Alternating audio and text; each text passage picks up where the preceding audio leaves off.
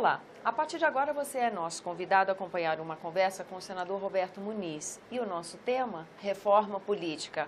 Apesar do assunto ter saído um pouco dos noticiários nos últimos dias, em função de outras notícias, não é, senador? O tema continua em pauta, está sendo votado na Câmara e vai novamente passar pelo crivo do Senado Federal. Não é a primeira vez que se fala em reforma política, né? Mas é um tema recorrente que, aos poucos, há tentativas de se aprimorar esse sistema nosso, né? O senhor tem uma opinião formada sobre isso? Saiu agora do plenário fazendo um pronunciamento sobre a importância dessa reforma, né, senador? Tânia, muito obrigado. A oportunidade, né, de dividir um pouco esse olhar, talvez assim, fora da caixinha, né, como diz hoje em dia, porque há sempre uma necessidade recorrente de dizer que a reforma política é a mãe das reformas. E a gente vai sendo empurrado para uma agenda que, na verdade, não muda diretamente a vida das pessoas. E no final de todos os debates, o que ficou? Ficou a discussão se o nosso sistema proporcional ele deve ser modificado para ser um sistema majoritário. Ou seja, os deputados mais eleitos serem os mais votados. É essa proposta que está tramitando lá, junto com a cláusula de barreira para os partidos. E aí, eu tenho uma visão muito clara, e alguns números que também posso dividir aqui com vocês, que qualquer sistema político, né, qualquer sistema eleitoral, não político, qualquer sistema eleitoral tem prós e contras. Né? Não existe dois sistemas iguais no mundo. Cada país tem a sua especificidade. Mas o sistema nosso pode ser aperfeiçoado? Pode, mas precisa mudar a cada 2 anos? Acho que não. Eu acho que a gente tem que fazer aperfeiçoamento, mas não uma mudança como estão querendo, né, fazer uma mudança completa. Exemplo, nos Estados Unidos mesmo, você já teve presidente da República eleito com uma quantidade de votos menor do que o do segundo colocado. Por quê? Nós vimos isso agora, né? Por quê? Porque eles acreditam no sistema. E o nosso sistema proporcional, ele veio ao encontro de um anseio muito grande quando nós fizemos a virada da Constituição de 88.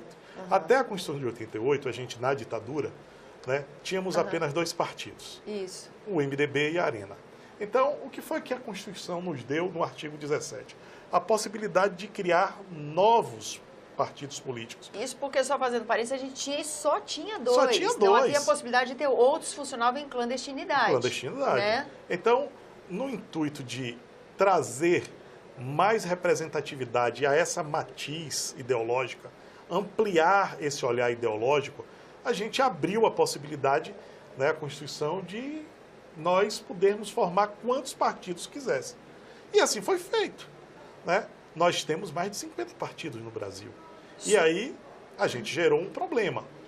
Nós resolvemos outro extremo, né? Resolvemos uma situação que era sair desse bipartidarismo que nos engessava ideologicamente, só que a gente foi para um outro problema, que é o quê? Tem uma quantidade de partidos que são, às vezes, partidos cartoriais. Inviabiliza o próprio funcionamento, a relação entre os poderes, relação entre os poderes. Dizer, né?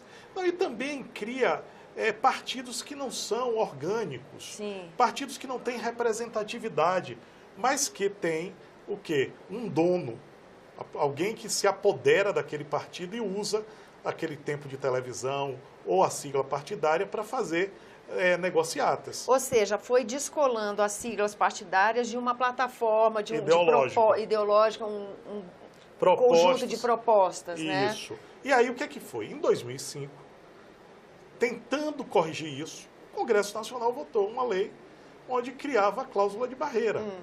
E, infelizmente, o STF, naquele instante, entendeu que isso seria uma censura, certo? Seria um descumprimento à Constituição que preza, certo, pela diversidade ideológica. Ou seja, infelizmente não foi uma distorção. Foi uma distorção, quer dizer, por isso que é interessante a lei, né?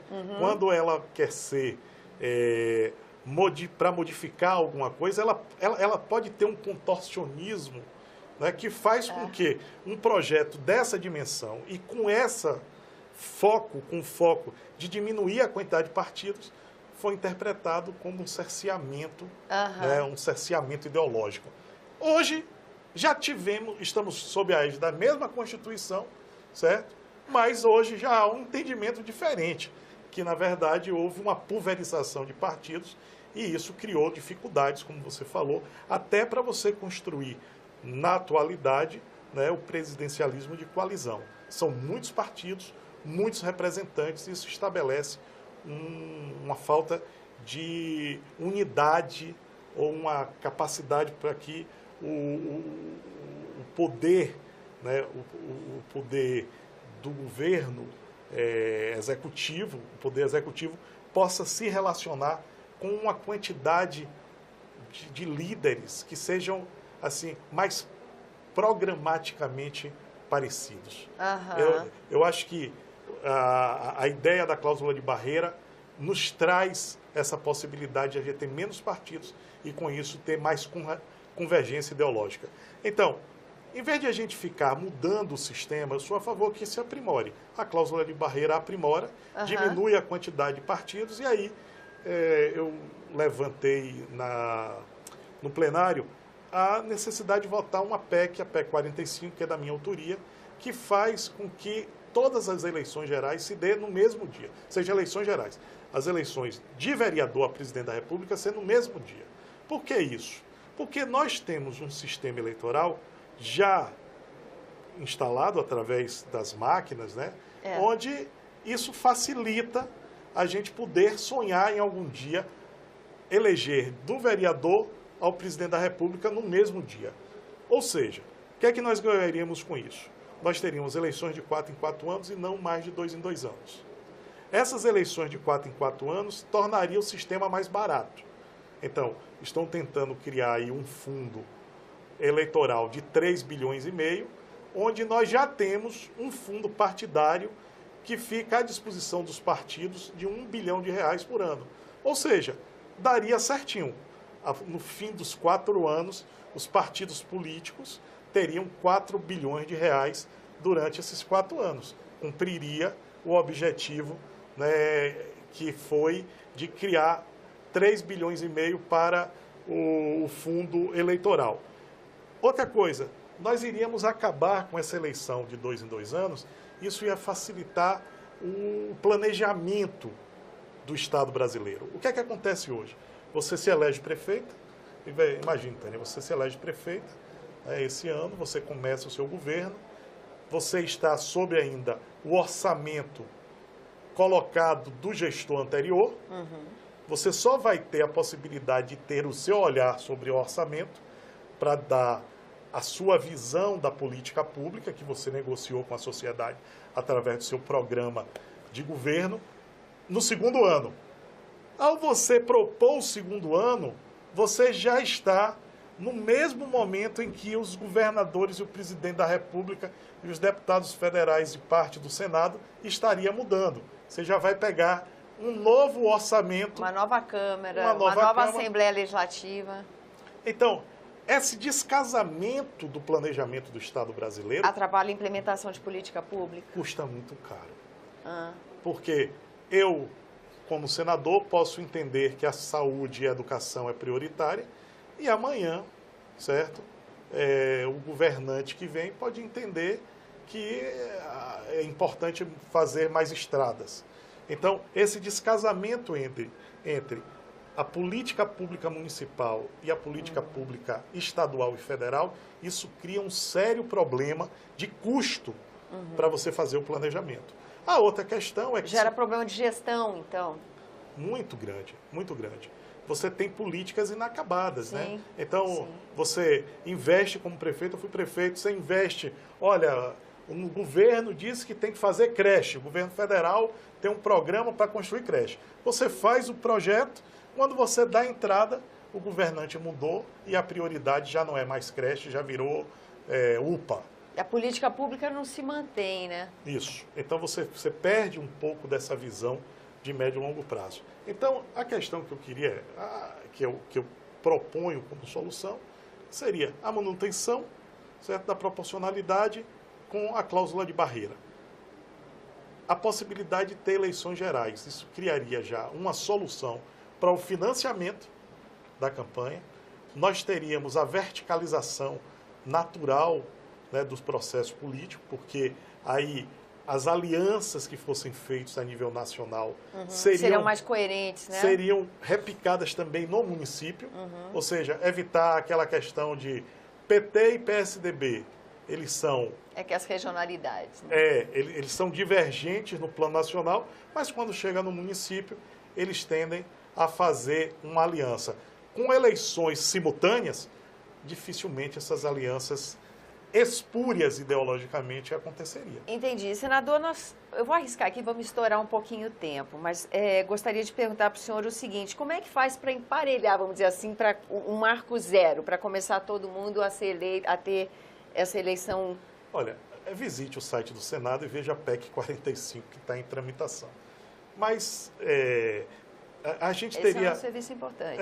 A gente deve levar isso para um momento posterior. A minha proposta é que seja em 22. Certo. No ano de 2022 a gente faria essas eleições. Casadas, se não for 22, que seja 26, que seja 30. O fato é, nós precisamos deixar de ter eleições de 2 em 2 anos.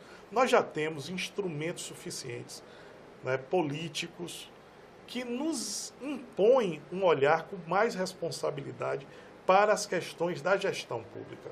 Então, nós precisamos entender que a política tem que estar a serviço da população e do planejamento dos serviços públicos com qualidade. E não ao contrário. Você não pode estar o Estado à disposição da política. Tá certo. Eu acho que esse é uma visão diferente. Sei que para os políticos de carreira, uma janela a cada 2 anos é muito bom.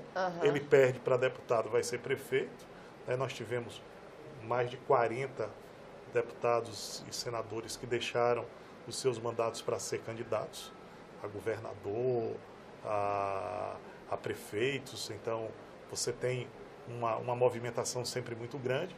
Você sempre abre uma janela de possibilidade para a classe política a cada 2 anos, mas isso tem sido muito custoso para o país. Eu acho que está na hora de parar isso. E uma outra questão também, que eu sei que é muito importante, se tivesse eleição todos os dias, a imprensa teria sempre uma bela de uma manchete, mas a gente não pode viver nem só de política, nem só de manchete. A gente precisa viver de gestão também. Também, tá certo. Para encerrar, essa PEC, ela já está tramitando na casa? Está na Comissão de Constituição e Justiça? Está na Comissão de Constituição e Justiça. Solitária. E o senhor vê, né, nesse momento, uma possibilidade dela ganhar celeridade na tramitação? É difícil, porque não é uma visão que seja já estabelecida como uma grande pactuação. É por isso que eu digo, um ato desse vale 10 outros atos, certo? 10 outras modificações, porque se você tiver eleições gerais, você modifica já é uma grande modificação. Você faz uma modificação muito completa. Agora, para quem serve, eu tenho certeza que serve para o povo, certo? Agora, se alguns setores vão se sentir também contemplados com isso, eu não sei. Toda movimentação, toda mudança gera alguma estranheza, né, verdade, senador? Principalmente quando ela vai num objetivo claro, que é simplificar o que é complexo, né? Tá certo, senador. Agradeço a presença aqui no nosso programa. Tá bom, tá.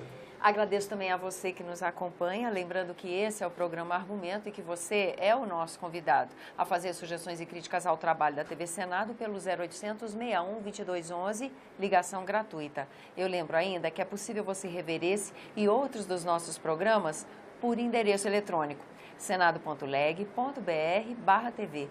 Até a próxima.